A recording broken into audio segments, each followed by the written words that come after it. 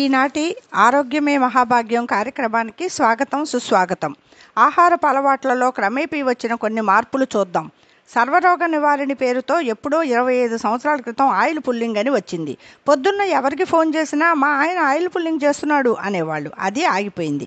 తర్వాత నీలరాజు వచ్చాడు. కుండలు కుండలు నీళ్లు తాగితే రోగాలు మాయం అన్నాడు. అది పోయింది. పచ్చి కూరగాయలు తింటే బలం అని ప్రచారం చేశారు కొందరు. అది పోయింది. ఇప్పుడు ఇంకొక ఆయన వచ్చి రాగులు, సజ్జలు, జొన్నలు, కూరగాయలు అన్నీ కలిపి రసం చేసుకొని తాగండి అంటున్నాడు. కేంద్ర ప్రభుత్వం వారేమో యోగా చెయ్యండి రోగాలు మటుమాయం అంటుంది.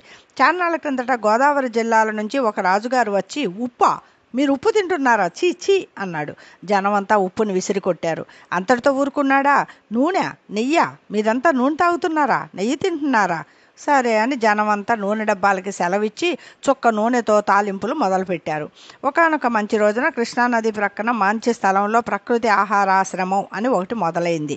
ప్రజలకు ఉప్పు నూనె లేని వంటలతో 3 పచ్చి కూర ముక్కలు 6 ఆకుకూర రసాలతో నిత్య నూతనంగా విలసిల్లుతుంది. సరే, ఇది ఇలా ఉండగా ఇంకొక ఆయన ఎవరో రాగి చెంబుల్లో నీళ్లు నింపి చంద్రుడి ఎదురుగా పెట్టి తెల్లారా నీళ్లు తాగితే అసలు చావే రాదు అని ఘంటాపదంగా చెప్పాడు. ఇంకేముంది, కొట్లలో పడి రాగి చెంబుల వేట మొదలైంది. అలా వెన్నెల్లో పెట్టిన రాగి చెంబుల్లో నీళ్లు తాగుతూ ఉప్పు నూనె పులుపు తీపి లేని రాజుగారి వంటలు తింటూ 200 ఏళ్లు గ్యారంటీ అనుకుంటున్న దశలో మహారాజశ్రీ మాచినేని ఉద్భవించారు. నూనె మానేశారా పిచ్చోళ్లారా, మిల్లుల్లో ఆడించిన కొబ్బరి నూనె 100 గ్రాములు తాగండి ఇక చూడండి అన్నాడు. ఇంకేముంది, కొబ్బరి చెప్పలు సంచిలో వేసుకుని గానుగులంట పడ్డారు జనం.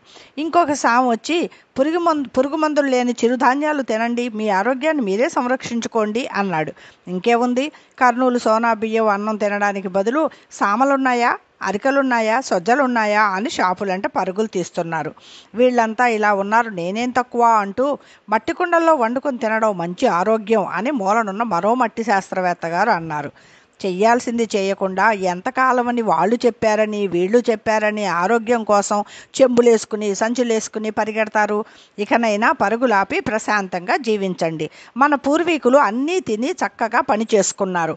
మనం మాత్రం పని మాని ఇలాంటి వాటి వెనుక గంతులేస్తున్నాం. నిజం గ్రహించరా నలుడా. ఈ కార్యక్రమం ఇంతటితో సమాప్తం. మూలం ఒక వాట్సాప్ మెసేజ్, వాచకం బాలమ్మ.